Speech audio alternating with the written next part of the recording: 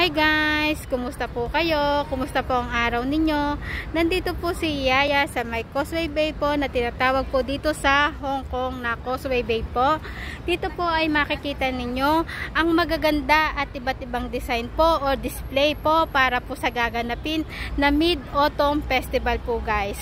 Marami po ditong iba't ibang design po ng mga lantern at ibang design po para po sa darating na Mooncake Festival po guys. Ito po guys ay isa lamang po sa malaking event po para po dito sa mga taga Hong Kong. Ayan po, kahit po sa iba't ibang lugar meron po silang tinatawag na Mooncake Festival po o tinatawag po nilang Mid-Autumn Festival.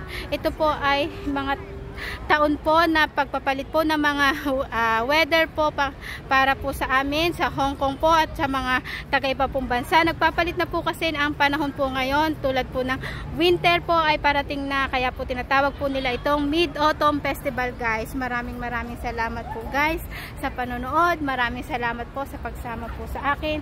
Thank you so much po guys sa lahat po na sumusuporta kay Kuletong po at kay Yaya. Samahan niyo po ako, halina po samahan niyo ako sa magaganda pong design. Opo guys, ayan po guys, napakamasaya po ng kanilang kulay kasi po ang ganito po kanilang sineselebrate ay kasayahan po para po sa pagpapalit po ng panahon po guys, na tinatawag po nilang Mid-Autumn Festival po dito sa Hong Kong guys. Marami po tayong mapupuntahan, marami po tayong masasaksihan, marami po tayong makikita na masasayang kulay po guys. Maraming salamat po sa inyo guys. Thank you sa suporta. Thank you po.